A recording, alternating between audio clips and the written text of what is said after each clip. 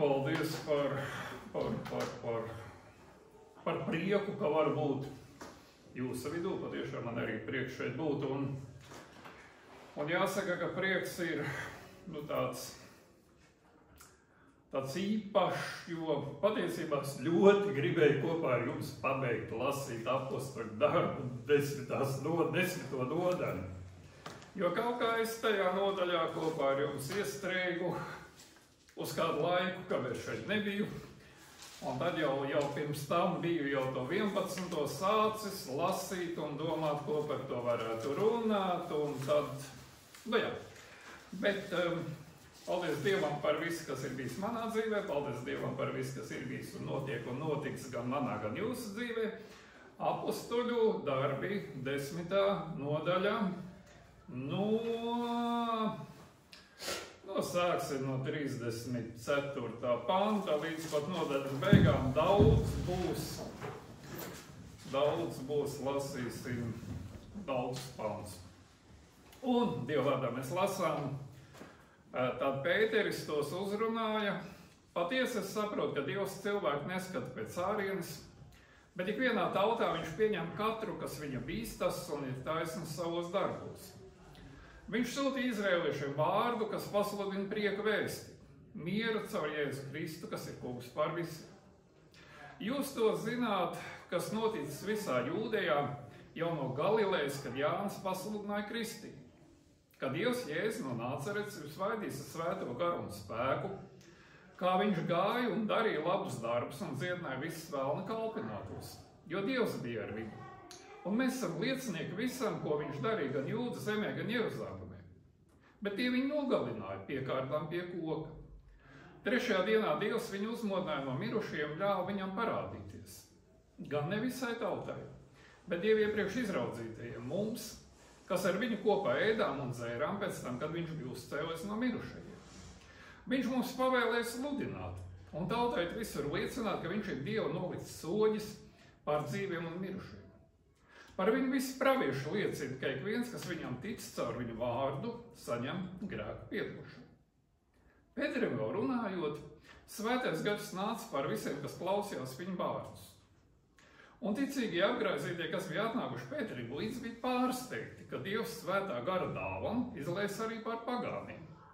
Viņi dzirdēja tos runājumu mēlēs un slavējam Dievu.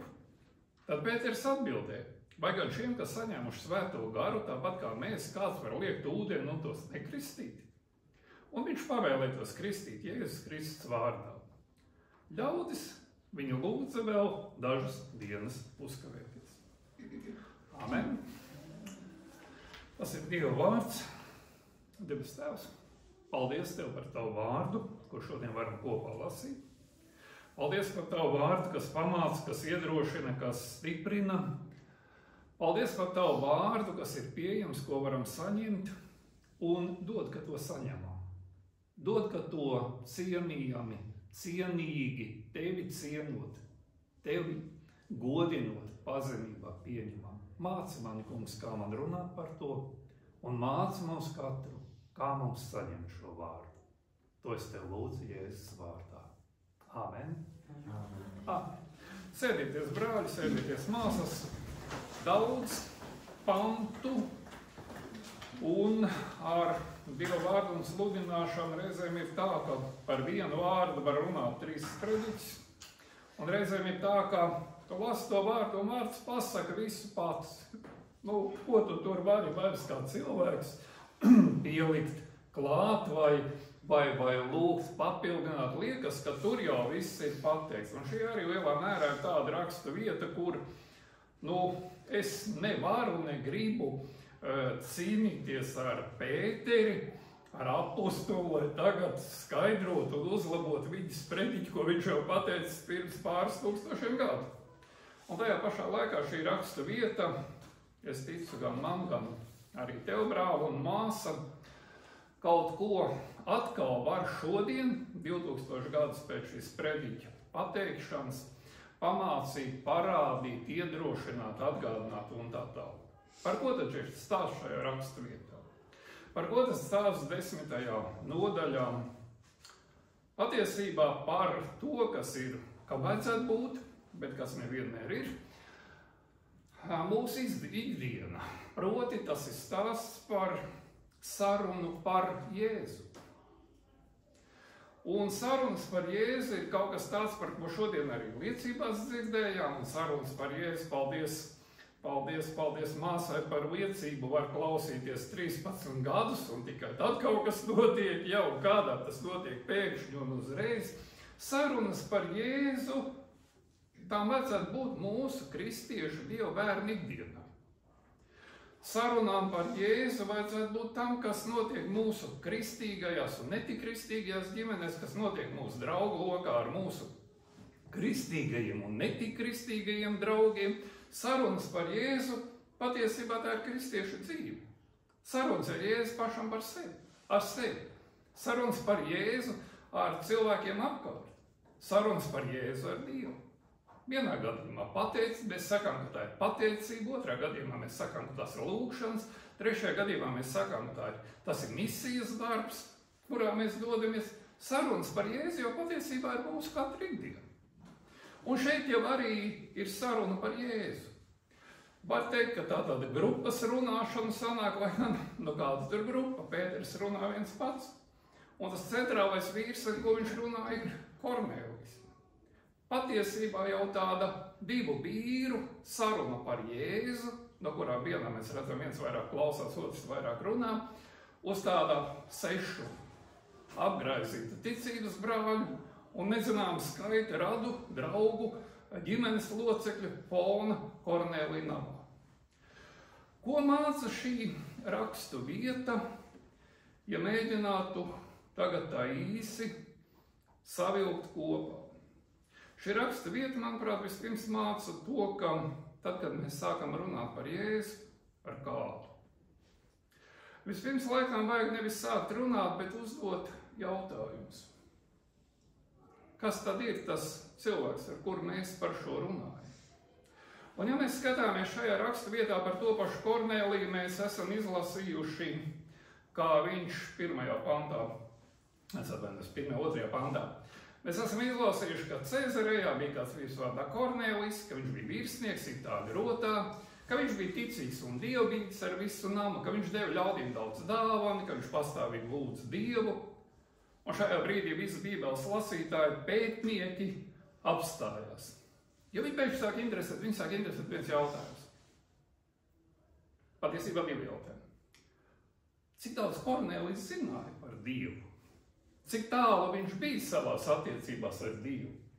Un vai gal galā tas, ka tie ir pirmie pagāni, kam tiek sludināts, un Pēters ir pirmais, kas sludina pagāniem, vai tā ir patiesība? Varbūt, ka pirmais tomēr bija Filips, kurš, atcerieties, lasījām kopā, ejot pa kluso ceļu, sastapa lielu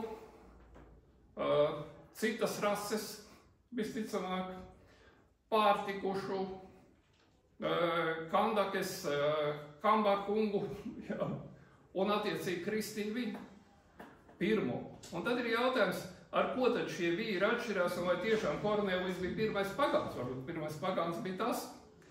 Pētnieki šajā brīdī sāk, es negribu lietot vārdu jūgt prātā, ja, bet sāk veidot teorijas par to, ka, jā, tas droši vien bija proselīts, tātad jūtu ticīt pieņēmis, etiopietis, tīrs pagāns varētu būt šis Kornēlijs. Jautājums, kāpēc tas ir svarīgi? Un vai tas vispār ir svarīgi? Svarīgs nav teorijas, manuprāt. Svarīgi ir sastapt to cilvēku, ar kuru mēs gribam runāt par Jēzu, tajā vietā, kur viņš ir savās attiecībās ar Jēzu un Dievu. Jo pretējā gadījumā neko citu kā pretestību mēs nesastapsim. Neko citu kā noliegumu mēs nesastapsim. Mēs nevaram brāļu un māsas nevienu piespiest klausīties kristīgo radio. Ja mēs nezinām viņa vajadzības, bet ja mēs zinām viņa vajadzības, mēs varam sākt runāt par šīm vajadzībām, un mēs varam parādīt ceļu, kā risināt šīs vajadzības. Un ceļš ir viens. Ceļš ir Jēzus.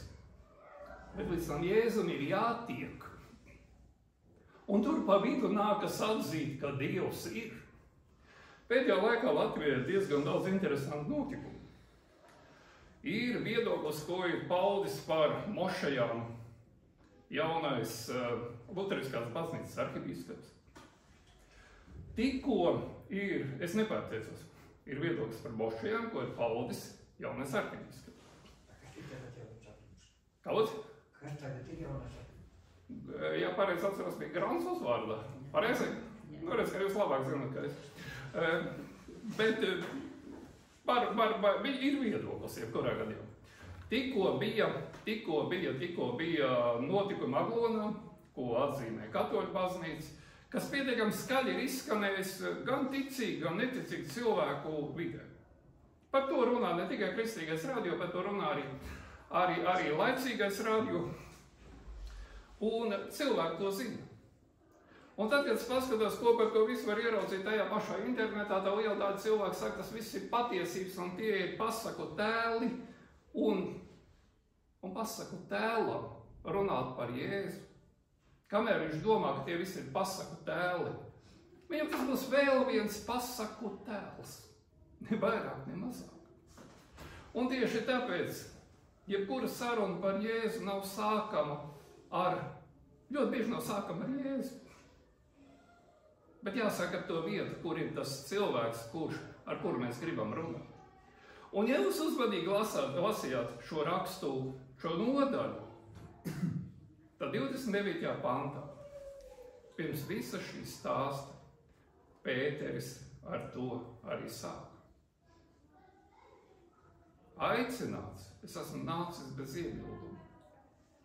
Tagad es vaicāju, kādēļ jūs man esat aicinājuši? Kas ir tava vajadzība, kas ir tava problēma, kas ir tas, ar ko netiec galā, kas ir tas, kur es tev varu palīdzēt? Pamanījāt? Šeit nav runa par kādu agresīvu uzmākšanos ar Jēzu. Šeit ir runa par to, kā es tev varu būt noderīgs, kā es tev varu būt palīdzīgs. Un šajā gadījumā Kornelijs stāstā, Dievs ir strādājis, Dievs ir kaut kādā veidā sagatavojis, un tas lielā mērā ir tāds drošības garants mums katram, ja mēs gribam runāt par Jēzu. Ja mēs lūdzam par savu iespēju runāt par Jēzu, tad Dievs mums aiztaisīs muti tad, kad mums nebūs jārunā par Jēzu. Bet atvērs mūsu lūpas, tad, kad viņš kaut ko būs darījis tur jau pie tā cilvēka, ar kuru mēs gribam runāt. Tieši tāpat, kā viņš to darīs pie Kornelija, un tieši tāpat, kā mēs šo nodaļu lasot, gājām cauri pa tiem punktiem un pantiem, redzot, kā Dievs strādā paralēli. Un tas ir šīs nodaļas skaistums, manuprāt, ka mēs varam ieraudzīt to, ka lietas notiek gan vienā namā, gan otrā namā, kas ir vairāk kilometru attālumā. Un ka abas puses tiek gatavotas. Kornelijs ir kaut kur apstādināts savā izpratnē, ir vajadzīgs Pēters.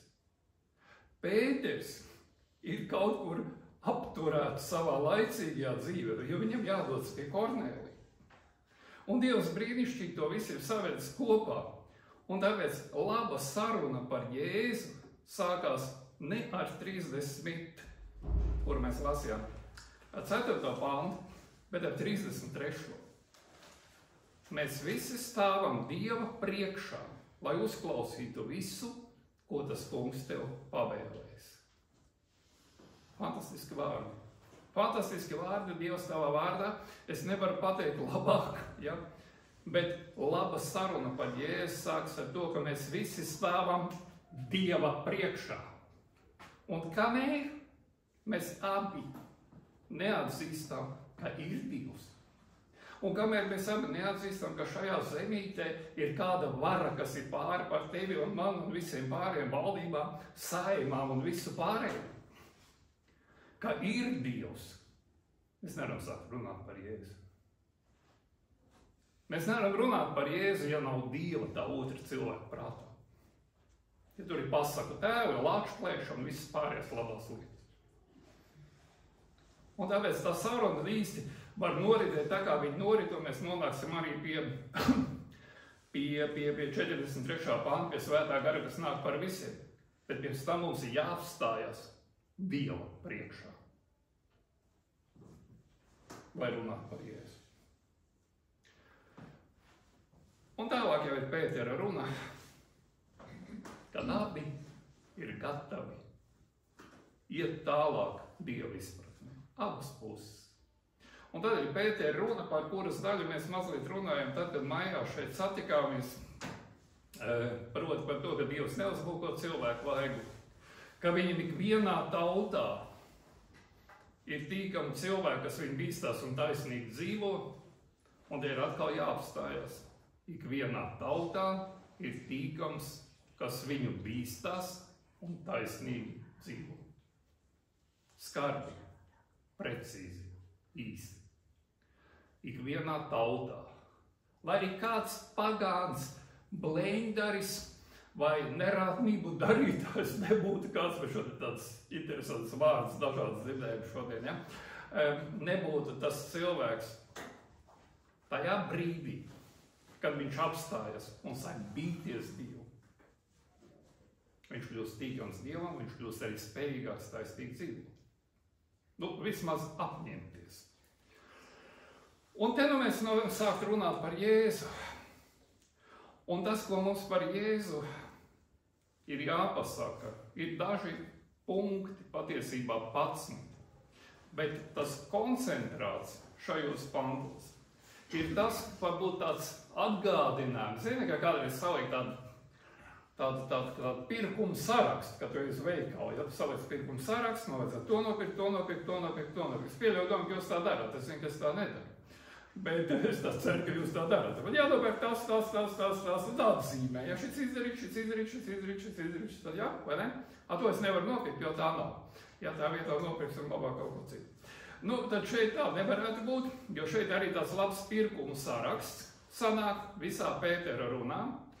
Un viena daļa es jau pieminēju mazliet, tātad nebaidies, ka tu esi no citas tautas, vai tu nesaproti, par ko ir runa, ja tu bīsties, ja tu atzīsti Dievu, ja tu gribi dzīvot saskaņā ar viņa prātu, sāksim runāt un domāt, kā dzīvot tālāk. Un tātad, vai tu gribi mieru savā dzīvē? Jā, gribu. Kādā veidā? Izraēla bērniem, 36. pants, miers pasludināts ar Jēzu Kristu.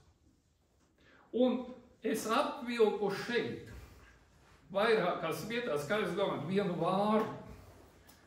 Paskatieties, tā kā Bībeles vaļā, paskatieties, kuru vārdu tur, kurš vārds ir visu laiku atkārtos.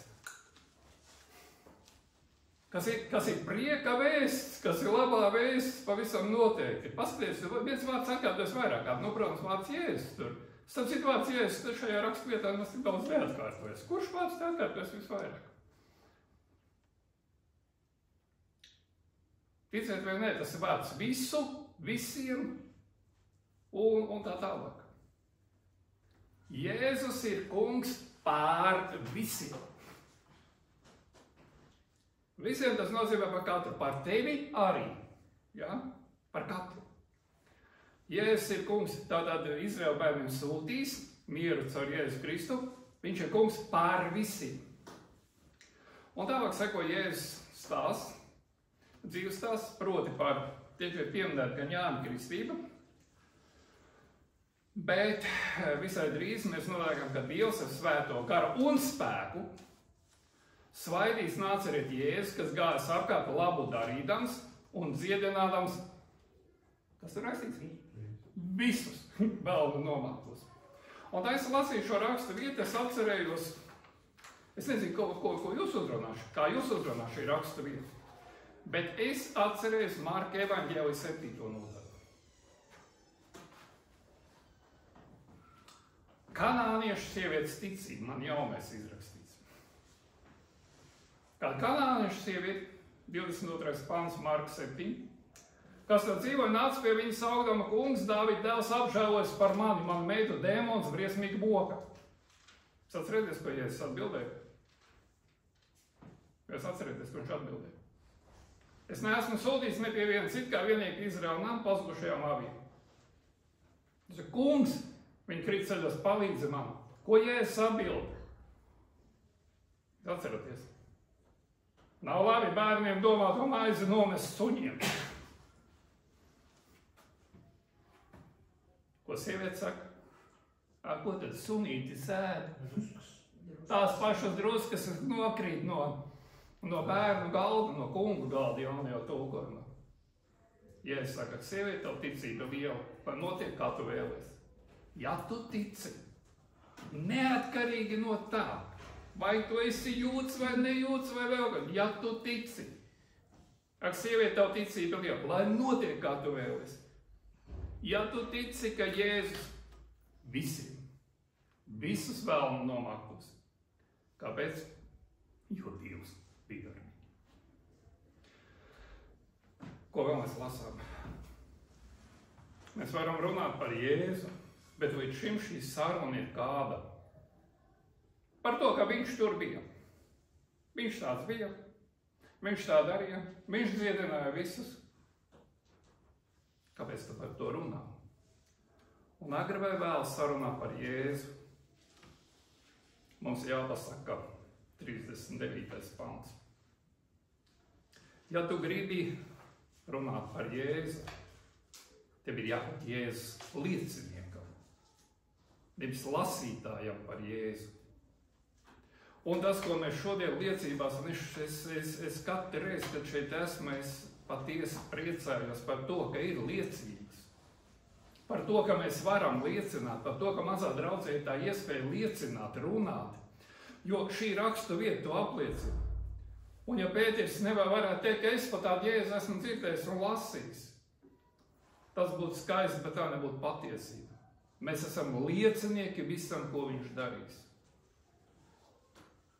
Tu esi liecinieks, brāl un māsa, visam, ko Jēzus darīs tavā dzīvē.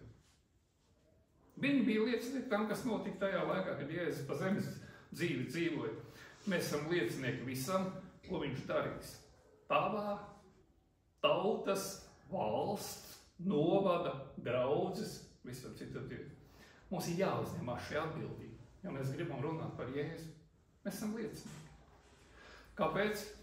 Tāpēc, ka viņš to ir pavēlējis. Viņš to ir uzdevis. Un tālāk mēs varam teikt, ka viņš bija nonāvēts. Mēs lasām, ka Dievs viņu ir uzmodinājis 3. dienā. Un atkal, un licis parādīties, bet ne visiem.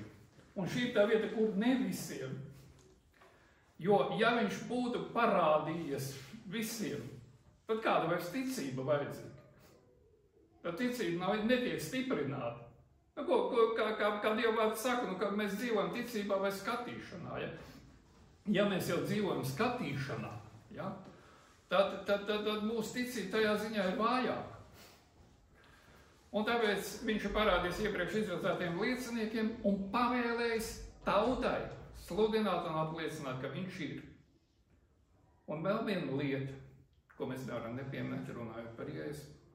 Viņš ir glābējs. Caur viņu nāk miers. Viņš ir kungs pār visiem. Un viņš ir Dieva iecelts soģis. Viņš ir Dieva iecelts tiesnesis. Ne tikai advokāts, bet arī prokurors vienā personā. Par viņu liecina pravieši un ik viens, kas tic, viņa vārdā dabū grēku piedošanu. Un tas ir tas minimums, ko par Jēzu vajadzētu pateikt. Ka viņš ir advokāts, aizstāvis, ka viņš ir prokurors. Bet pašu galveno, ka tas Dieva miers, ko mēs visi ļoti gribam, un ko parasti ļoti grib cilvēki, kuri ir kādās problēmās tajā brīdī. Ka tas Dieva miers ir viņā un caur viņu. Un ka ik viens, kas tic uz viņu, viņa vārdā dabū grēku piedošanu. Tas nozīmē, ka kaut kas ir jādara. Ka tas miers bez grēka nožēlas nebūs. Ka mēs gribam piedzīvot šo mieru, mums ir vajadzīga šī grēka nožēla. Jo pretējā gadījumā nav vajadzīga arī piedošana. Ko mēs lasām tālāk? Mēs lasām, ka ja mēs runājam par Jēzu, tad tajā sarunā mēs neesam divi. Viņš ir klāt. Viņš, ja to es domāju, Dievs, Jēzus, trīsvienība. Viņš ir klāt svētajā garā.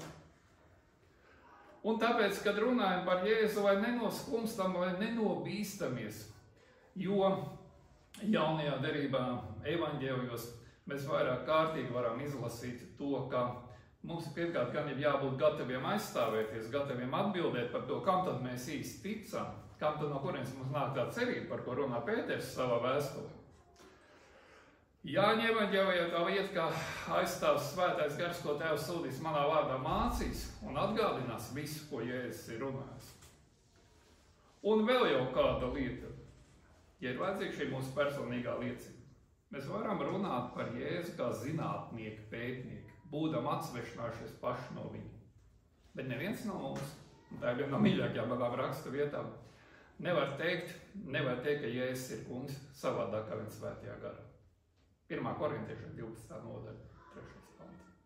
Neviens nevar teikt, mēs nevaram runāt savādāk kā svētajā garā. Mēs nevaram apliecināt Jēzus savādāk kā svētajā garā.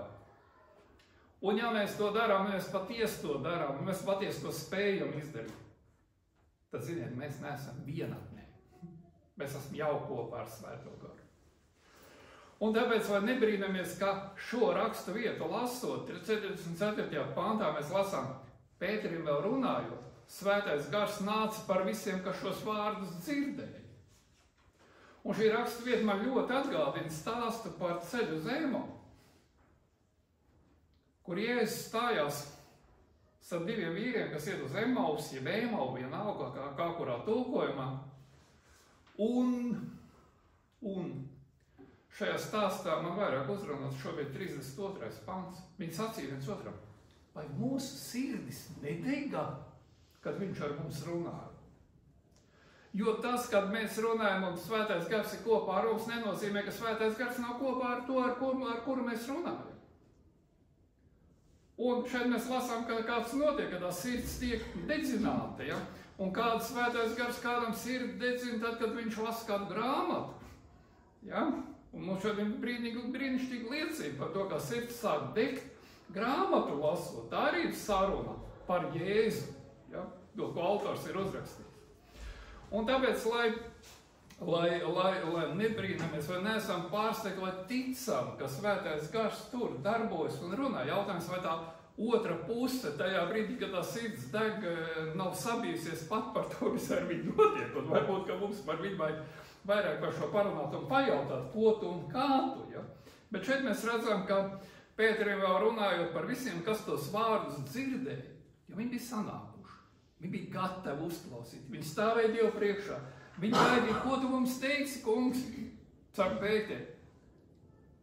Tur nevarēja nenotikt kaut kas tam līdzīgs.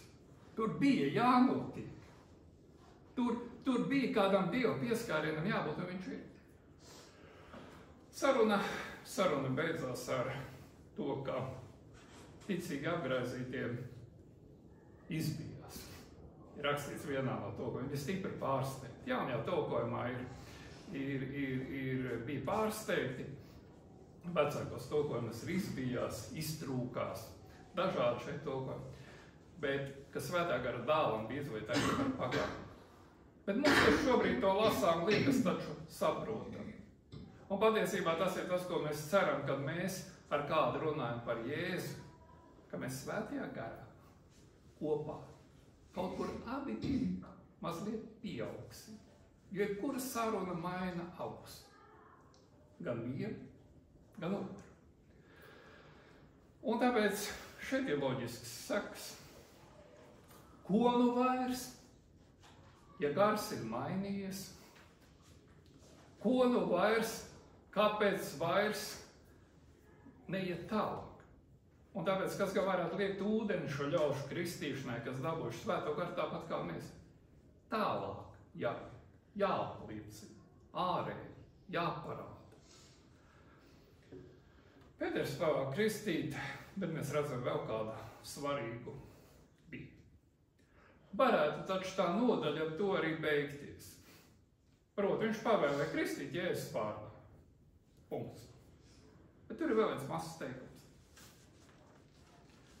kas parāda patiesībā pašu svarīgāko. Tie lūdza, lai viņš dažas dienas uzkavēs pie viņa.